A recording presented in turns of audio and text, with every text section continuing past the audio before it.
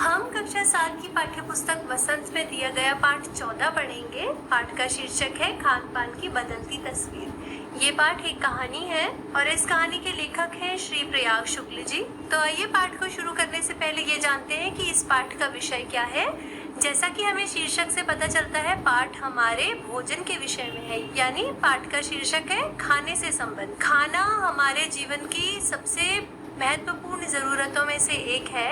हमारे जीवन के लिए सबसे ज्यादा जो 3 मूलभूत आवश्यकताएं हैं वो है रोटी यानी खाना, कपड़ा और घर यानी शरण या आसरा या शेल्टर। तो लेखक ने यहाँ यही बताया है कि पिछले कुछ वर्षों में जैसे हमारे देश ने प्रगति की है, तो हमारी संस्कृति में उस प्रगति के फलस्वरूप कुछ न कुछ बदलाव आए हैं और इस बदलाव की वजह से हमारे भोजन की संस्कृति में भी बदलाव आए हैं और इन बदलावों के विषय में ही लेखक ने यहाँ पर बहुत सुंदर तरीके से चर्चा की है।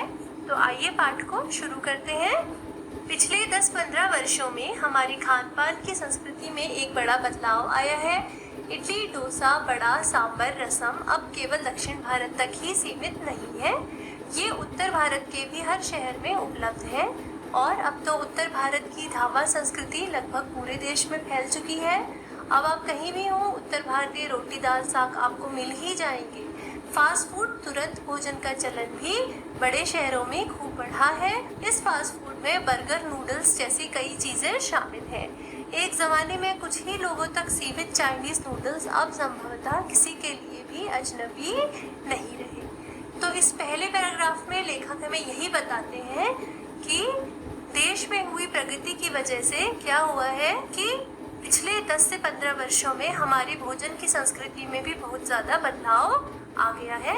सबसे पहला बदलाव क्या आया है कि दक्षिण भारतीय व्यंजन यानी इडली, डोसा, वड़ा, सांभर, रसम जो केवल दक्षिण भारत में ही पहले से मिला करता था, अब वह उत्तर भारतीय शहरों में भी आराम से मिल जाता है। और इसी तरह उत्तर भारत में मशहूर ढाबा संस्कृति यानी उत्तर भारत में जिस प्रकार जगह जगह ढाबे मिलते हैं, वो सब अब कुछ दक्षिण भारत में भी आसानी से उपलब्ध हो जाता है। अब अगर आप दक्षिण भारत में भी कहीं पर हैं तो आपको उत्तर भारतीय भोजन जैसे रोटी, दाल, साग आराम से कहीं पर भी मिल जाएगा। इन सब खानों के साथ साथ हमारे भोजन में एक नया अवयव जुड़ा है जिसका नाम है फास्ट फूड यानी तुरंत भोजन। जो जल्दी बन जाता है वो भोजन है फास्ट फूड और इसका चलन बड़े शहरों में मुख्यतः ज़्यादा बड़ा है क्योंकि बड़े शहरों में लोगों के पास न भोजन पकाने का समय है और न भोजन खाने का समय है, इसलिए ऐसे भोजन का चलन बढ़ गया है जो बहुत जल्दी बनकर तैयार हो जाता है। इन भोजनों में मुख्यतः बर्गर और नूडल्स जैसी चीज़ें शामिल हैं और एक ज़माने में नूडल्स जो कि चाइना से भारत में आए हैं या जिनकी उत्पत्ति चाइना से मानी जाती है, उनके बारे में सब लोगों को पता नहीं था, पर आज के परिप्रेक्ष्य में हर कोई चाइनीज नूडल्स के बारे में जानता है। आगे 2 मिनट्स नूडल्स के पैकेटबंद रूप से तो कम से कम बच्चे बूढ़े सभी परिचित हो चुके हैं। इसी तरह नमकीन के कई स्थानीय प्रकार अभी तक भले मौजूद हों, लेकिन आलू चिप्स के कई विज्ञापित रूप तेजी से घर घर में अपनी जगह बनाते जा रहे हैं। तो आप सबको भी पता है 2 मिनट्स नूडल्स हम सभी खाते हैं, तो हमें पता है क्योंकि इनके बारे में हमारे मीडिया की वजह से आज बच्चे बूढ़े सभी अच्छी तरह से जानते हैं। समाचार में और टीवी में विज्ञापनों के द्वारा ये सब लगातार दिखाया जाता है जिससे कि इसके बारे में सभी परिचित हैं। इसी प्रकार आलू के चिप्स भी, उनसे भी विज्ञापनों की बदौलत सभी लोग अच्छी तरीके से परिचित हैं। भले ही किसी स्थान में स्थानीय नमकीन जो है वो कई प्रकार की है और वो अभी भी वहाँ मिलती है, लेकिन वहाँ पर इतना स्थानीय नमकीन जैसा पुराना नाश्ता होने के बाद भी घर घर में लोग आलू के चिप्स ला रहे हैं और खा रहे हैं क्योंकि उसका विज्ञापन बहुत अधिक हो रहा है, इसलिए लोगों को उसके बारे में ज़्यादा पता है। आगे लेखक लिखते हैं, गुजराती ढोकला, गाठियाँ भी अब देश के कई हिस्सों में स्वाद लेकर खाए जाते हैं और बंगाली मिठाइयों की केवल रसभरी चर्चा ही नहीं होती, वे कई शहरों में पहले की तुलना में अधिक उपलब्ध हैं। तो लेखक आगे क्या कहते हैं कि गुजरात में मिलने वाला ढोकिया और गाठिया जो कि गुजरात की डिशेज हैं, जो गुजरात के व्यंजन हैं, ये देश के कई हिस्सों में अब स्वाद लेकर खाए जाते हैं। सब जगह आराम से मिलते हैं, लोग इन्हें खाते हैं। और इसी तरह बंगाली मिठाइयाँ जो केवल पहले से बंगाल में ही मिला करती थी और कई बड़े शहरों में इनकी दुकानें थी, लेकिन इतनी ज़्यादा संख्या में नहीं थी। तो इन बंगाली मिठाइयों की लोग चर्चा कर ही रह जाते थे, क्योंकि हर जगह तो मिलती नहीं थी। लेकिन आज क्या है कि बंगाली मिठाइयाँ जो है केवल बंगाल में ही नहीं बल्कि संपूर्ण भारत में हर जगह आराम से मिल जाती हैं, इसलिए लोग इनका खूब आनंद उठाते हैं। आगे, यानी स्थानीय व्यंजनों के साथ ही अब अन्य प्रदेशों के व्यंजन पकवान भी प्रायः हर क्षेत्र में मिलते हैं और मध्यम वर्गीय जीवन में भोजन विविधता अपनी जगह बना चुकी है। तो लेखक क्या कह रहे हैं कि अन्य प्रदेशों में मिलने वाले भोजन ही अब हर प्रदेश में मिल जाते हैं आसानी से, और ये भोजन धीरे धीरे मध्यम वर्ग के जीवन में अपनी जगह बना रहा है। आगे कुछ चीजें और भी हुई हैं। मसलन अंग्रेजी राज तक जो ब्रेड केवल साहबी ठिकानों तक सीमित थी, वह कस्बों तक पहुंच चुकी है और नाश्ते के रूप में लाखों करोड़ों भारतीय घरों में सेकी तली जा रही है।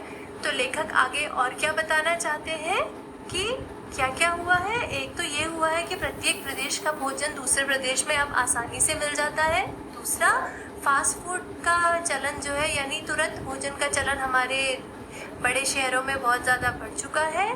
तीसरा, लोगों को अब दूसरे प्रदेश का भोजन दूसरे प्रदेश में मिल जाने से उस भोजन के बारे में चर्चा ही नहीं करनी पड़ती, अर्थात वो भोजन उनके प्रदेश में भी मिलता है तो वह उसे खाकर उसका लुत्फ उठा सकते हैं। और चौथा क्या हुआ है कि अंग्रेजी समय तक, यानी अंग्रेज़ों के ज़माने में जब भारत में अंग्रेज़ों का राज था, उस समय तक जो ब्रेड केवल अंग्रेज़ों को या फिर जो बड़े ऊंचे पद में लोग होते थे उनके परिवारों को ही मिलती थी, अब वह कस्बों में और गांवों में घर घर में पहुंच चुकी है और लोग उसका आनंद उठाते हैं, सेक कर तल कर उसे खाते हैं। आगे, खान पान की इस बदलती हुई संस्कृति से सबसे अधिक प्रभावित नई पीढ़ी हुई है, जो पहले के स्थानीय व्यंजनों के बारे में बहुत कम जानती है, पर कई नए व्यंजनों के बारे में बहुत कुछ जानती है।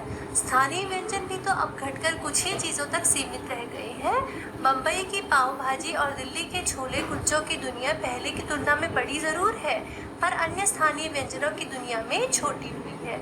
जानकार ये भी बताते हैं कि मथुरा के पेड़ों और आगरा के पेठे नमकीन में अब वह बात कहाँ रही, यानी जो चीज़ें बची भी हुई हैं उनकी गुणवत्ता में फ़र्क पड़ा है। तो आगे लेखक क्या कहते हैं कि हमारे खान पान की जो ये संस्कृति बदल गई है, जो कुछ नए अवयव हमारे भोजन में जुड़ गए हैं। अभी तक तो हमने क्या बात करी, हमने सिर्फ उन अवयवों की बात करी जो हमारे भोजन में जुड़ गए हैं। तो यहाँ पर लेखक उन अवयवों के बारे में भी बात करता है जिनके कि हमारे भोजन में जुड़ने की वजह से हमारे भोजन के जो पुराने कुछ अवयव हैं वो छूटते जा रहे हैं। लेखक कहते हैं कि पहले के स्थानीय व्यंजनों के विषय में आज की युवा पीढ़ी बहुत कम जानती है, क्योंकि वो नई संस्कृति से ज़्यादा प्रभावित है, तो वो नई तरह के इन भोजनों का स्वाद लेना ज़्यादा पसंद करती है। और इसीलिए क्या हो रहा है कि किसी स्थान विशेष में मिलने वाले स्थानीय व्यंजन जो है वो उनकी संख्या जो है अब वो घटती जा रही है और वो कुछ ही चीज़ों तक सीमित रह गए हैं। जैसे अगर आप कभी बम्बई चले जाए तो वहाँ पर मिलने वाली पाव भाजी और दिल्ली में मिलने वाले छोले कुलचे तो बहुत ज़्यादा मशहूर है और इनके जो खाने वाले हैं उनकी संख्या में वृद्धि तो हुई है, लेकिन पाव भाजी और छोले भटूरों के साथ साथ कई ऐसे अन्य व्यंजन भी हैं जो कि दिल्ली और मुंबई में मिलते हैं और बहुत ज़्यादा पुराने समय में मशहूर थे, लेकिन आज की जनरेशन यानी आज की जो युवा पीढ़ी है उनको इन व्यंजनों में अब धीरे धीरे कोई भी मज़ा नहीं आता है या फिर इनके बारे में उनकी जानकारी कम होती जा रही है, क्योंकि वो क्या है जो नए भोजन के अवयव हमारे भोजन में जुड़ रहे हैं उनको खाने में उन्हें ज़्यादा रुचि है या उस भोजन को खाने में वो ज़्यादा मज़ा लेते हैं। तो इसीलिए वो प्राचीन समय से चले आ रहे भोजन के पुराने कुछ व्यंजनों को भूल गए हैं, उनके बारे में वो ज़्यादा जानते नहीं, इसीलिए ये व्यंजन धीरे धीरे कम होते जा रहे हैं या लुप्त होते जा रहे हैं। और जानने वाले लोग तो ये भी बताते हैं कि आगरा में जो मशहूर पेठा होता है आगरा का और नमकीन होती है, और इसी तरह मथुरा में मिलने वाले जो पेड़े होते हैं उनकी गुणवत्ता में भी कमी आई है, उनकी क्वालिटी भी थोड़ा गिर गई है। यानी जितना अच्छा वो पहले मिला करते थे उतना अच्छा वो आज के समय में नहीं